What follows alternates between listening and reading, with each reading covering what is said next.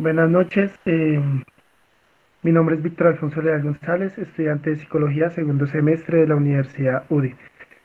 A continuación le presentaremos un trabajo que se realizó en una encuesta de 50 personas, donde presentaremos gráficos y el desarrollo correspondiente al trabajo, donde hallamos medidas de tendencia central y medidas de dispersión. Estoy acompañado de mis compañeras Olga Juliet López y María Constanza García. Entonces junto con ellas se realizó el trabajo y ya les daremos la, sí, los pasos y les explicaremos pues cada diagrama y cada procedimiento que realizamos dentro del trabajo. María. Listo, buenas noches. Les voy a dar una pequeña introducción de lo que es el trabajo de nosotros. ¿Listo? Entonces, por medio del estudio de la estadística, propende por determinar datos específicos que se presentan en algunas poblaciones de un mayor tamaño, determinado las características que tienen una mayor frecuencia en los elementos que se están estudiando. Por esto, su aplicación hacia la psicología determina características en poblaciones puntuales, infiriendo un comportamiento que permite dar un diagnóstico referente. Dado a esto, mediante el uso de las herramientas estadísticas como las medidas de tendencia central, así como de dispersión, hemos podido estudiar el comportamiento que han presentado los adultos hacia el proceso de vacunación del COVID-19. En este momento siendo el tema principal del ejercicio realizado y en el cual pretendemos determinar la edad en la cual las personas han sido reácidas a recibir la inmunización. Bueno, para la realización de esta actividad se hizo una encuesta en donde se escogió el tema acerca de la edad promedio para determinar la edad promedio de las personas que ya recibieron la vacuna contra el COVID-19, escogiendo como la variable cuantitativa discreta la edad de los encuestados. En esta encuesta, pues esta encuesta fue sencilla, se preguntó qué edad tiene actualmente la persona que está contestando la encuesta, si ya recibió la vacuna contra el coronavirus, con qué laboratorio se vacunó, si presentó algún tipo de reacción. Se pregunta también si conoce a alguien que haya tenido alguna reacción desfavorable después de haberse vacunado. Y en un orden de 1 a 5, siendo 1 el menor puntaje y 5 el mayor puntaje, ¿cómo calificaría la calidad de la vacuna que se aplicó? En esta parte del trabajo, pues para solucionar el ejercicio de acuerdo a la encuesta, lo que hacemos es hallar las medidas, agrupamos los datos, sacamos cuál es el dato menor, cuál es el dato mayor y de acuerdo a eso, em, pues también lo agrupamos en intervalos para poder hallar las frecuencias y frecuencia inicial, frecuencia absoluta, frecuencia relativa y frecuencia acumulada relativa. Entonces, ya de ahí, entonces de ahí nos sale pues una gráfica, un diagrama de torta que ya una compañera lo explica. Listo, entonces, en este diagrama circular, como le podemos llamar, o diagrama de torta, podemos verificar la frecuencia en la edad de vacunación. Podemos verificar que los rangos de edad en los que más existe población es el rango entre 56 a 61 años de edad, siendo este rango poblacional los mayores encuestados de forma satisfactoria, ya que este implica que todos han sido vacunados.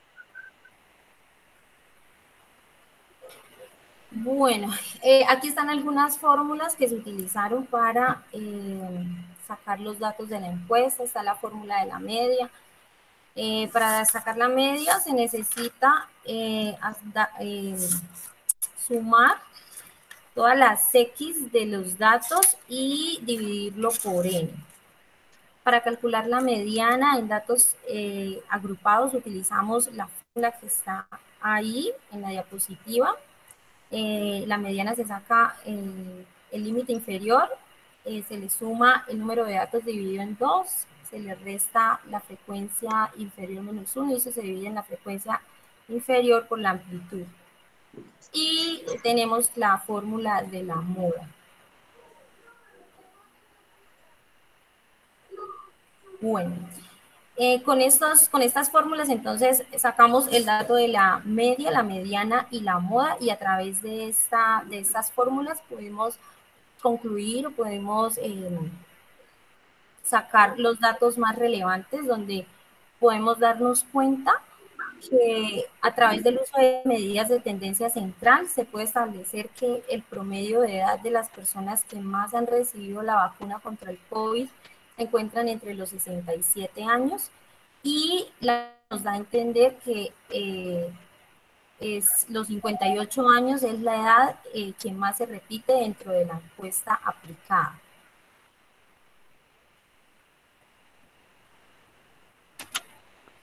Para reforzar un poquito, pues ahí estamos viendo lo de la compañera Juliet, estábamos explicando pues lo que es un diagrama de barras. Bueno, aquí en este caso encontramos fórmulas de desviación media, desviación estándar y la varianza de la desviación media, pues es la suma de de todos los datos, el dato inicial, y también el- el- la resta también, pues es la suma dentro del intervalo de la media de la resta entre la x inicial y la media. Todo esto va dividido en el número de datos. Después la desviación estándar, pues encontramos que es la suma de, del intervalo en donde está la resta de la x inicial menos la media elevado al cuadrado, y todo esto también lo dividimos en el número de datos que encontramos. Después venimos con la varianza, donde la varianza, pues para determinar la varianza, obviamente siempre tenemos que pasar por la desviación, y también es la suma de los x iniciales al cuadrado por la frecuencia inicial, todo esto dividido en el número de datos, menos la media elevada al cuadrado.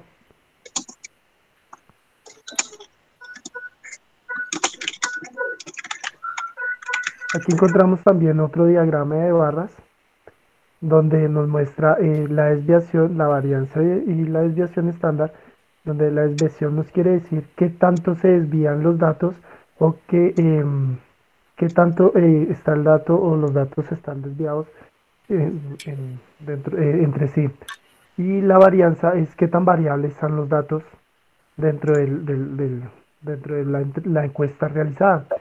La desviación estándar es como el promedio que hay entre pues la desviación, que ya pues podemos decir que tenemos una desviación estándar de 8.27.